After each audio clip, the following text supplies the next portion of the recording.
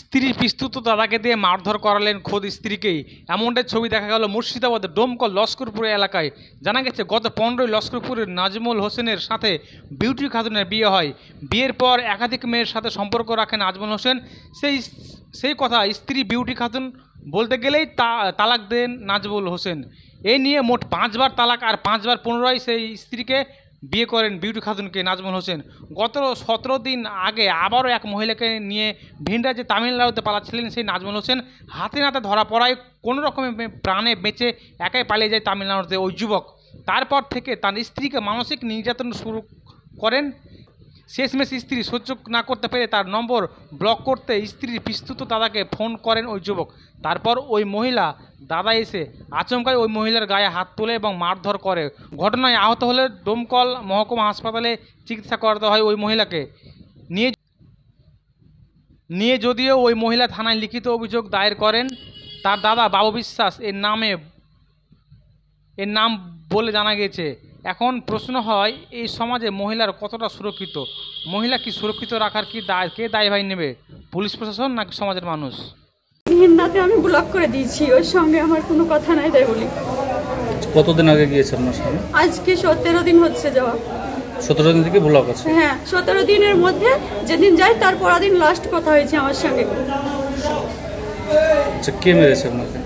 আমাকে মেরেছে বাড়ির পাশে আমার ফুফাতো ভাই। মানে কি এই নাম্বার ব্লক করার জন্য না অন্য কোনো কারণ? অন্য কারণও আছে, কিন্তু আজকে উদ্দেশ্য করে মেরেছে। অন্য কারণ আছে, কারণ আমার শ্বশুর শাশুড়ি তাদের বাড়ি অল টাইম যায়, যুক্তি বুদ্ধি সব কিছু প্ল্যান করে। আমার বড় তাকে ফোন করে এবং সব কিছু যুক্তি করে, ওনাকে দিয়েই মারাচ্ছে আমাকে। কেন আপনাকে মারার জন্য প্ল্যান? হ্যাঁ, মারার জন্য প্ল্যান করছে। আপনাকে কেন মারবে?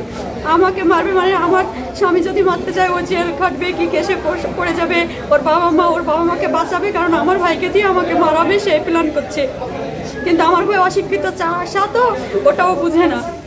আচ্ছা, মারবে কেন আপনাকে? ওটাই হলো কথা। গ্রামের মানুষ সবাই বলছে মারবে কেন, ও মারার কে, ওর লোকের বুকে মারবে কেন?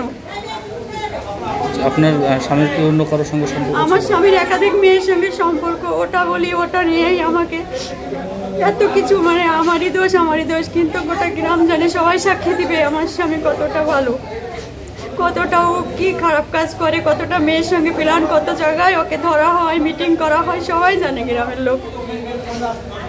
এটা বলার জন্য কি? এটাই নিয়ে আমি প্রতিবাদ করি, সেই জন্য আমার 15 বছর ধরে আমার সঙ্গে এরকম অত্যাচার। 15 বছরের মধ্যে আমাকে সবচাইতে বড় ঘৃণার কথা, দুঃখের কথা হচ্ছে আমাকে 5বার তালাক দিয়ে 5বার বিয়ে করেছে। আপনাকে তালাক দিয়েছিল? তালাক দিবে আর হাত পা ধরবে, গ্রামের মানুষ ডাকবে, মিটিং ডাকবে। আমি ভুল বসত বলেছি, রাগের মাথায় বলেছি আমি ওকে নিয়ে সংসার করবো, তাই বলবে। গ্রামের মানুষ আমাকে বলে একটা বাচ্চা আছে, এবারকার মতো মেনে নাও, ভাত খাও। আর আমি গ্রামের মানুষের কথা শুনি আর ওকে আবার বিয়ে করি, নতুন করে আবার সংসার করি। এখন কোথায় আছে আপনার স্বামী? এখন বিদেশে আছে, ও বাইরে আছে তামিলনাড়ুতে।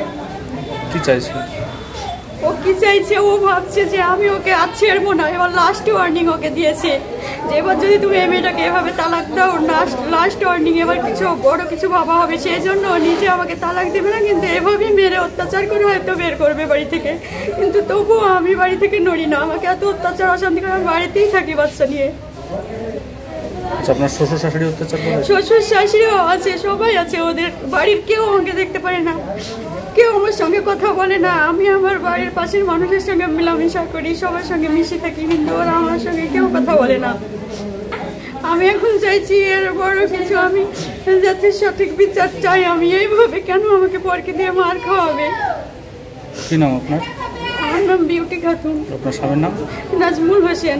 যে মেরেছে তার নাম? বাবু বিশ্বাস।